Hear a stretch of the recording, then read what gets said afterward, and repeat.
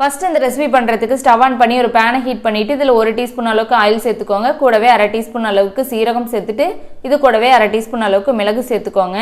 இதில் ஒரு 4லேருந்து 5 பல்லு அளவுக்கு பூண்டு சேர்த்துக்கோங்க. கூட காரத்துக்கு ஒரு பச்சை மிளகாய் எடுத்திருக்கேன், கட் பண்ணிவிட்டு அதையும் சேர்த்துட்டு நல்லா நம்ம வதக்கிக்கலாம். இந்த அளவுக்கு நல்லா வதக்கியாச்சு. இப்போ இதில் ஒரு 1/4 டீஸ்பூன் அளவுக்கு பெருங்காயத்தூள் சேர்த்துட்டு நல்லா கலந்து விட்டுருங்க.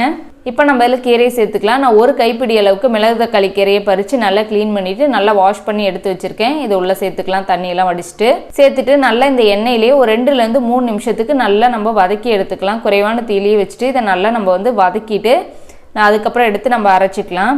இதில் தண்ணி எதுவும் நம்ம ஊற்றி வேக வைக்க தேவையில்லை. இந்த எண்ணெயில் வேகிறதே போதும். நம்ம திருப்பவும் அரைச்சிட்டு தோசையில் கலந்து வேக வைக்கிறனால ஒரு 3 நிமிஷத்துக்கு வேக வச்சாவே போதும்.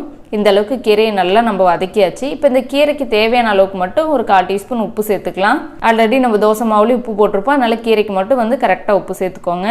சேர்த்துட்டு நல்லா ஒரு வாட்டி கலந்து விட்டுறலாம். நல்லா கலந்து விட்டுட்டு ஸ்டவ் ஆஃப் பண்ணிடுங்க. ஆஃப் பண்ணிவிட்டு ஒரு மிக்ஸி ஜாரில் சேர்த்துட்டு இதை நல்லா ஃபைனாக நம்ம அரைச்சி எடுத்துக்கலாம். தண்ணி குறைவாக சேர்த்துட்டு அரைச்சிக்கோங்க. ஏன்னா தோசை மாவில் நம்ம நிறைய தண்ணி சேர்த்து அரைச்சிட்டோமா அதுக்கப்புறம் தோசை மாவில் சேர்க்கும் போது இன்னும் தண்ணியாட்டாயிரும், நமக்கு தோசை ஊற்றுறதுக்கு சரியாக வராது. அதனால் கொஞ்சமாக தண்ணி சேர்த்து இது போல் திக்காக அரைச்சிக்கோங்க. நான் இப்போ 2 கப் அளவுக்கு தோசை மாவு எடுத்து வச்சுருக்கேன். இப்போ நம்ம அரைச்சதை உள்ளே சேர்த்துடலாம். சேர்த்துட்டு எல்லாம் ஒன்று போல் நல்லா கலந்துக்கலாம். எல்லாம் ஒன்று சேர்ந்து வர அளவுக்கு நல்லா கரைச்சாச்சு.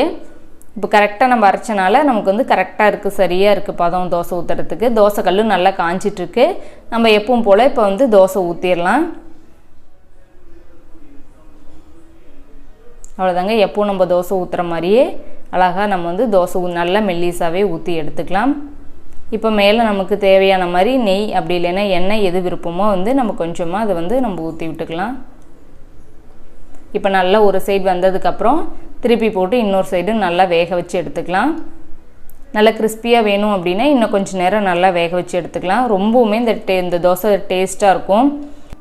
அவ்வளோதாங்க, நம்ம சூப்பரான மிளகு தக்காளி கீரை தோசை ரெடி ஆயிருச்சு.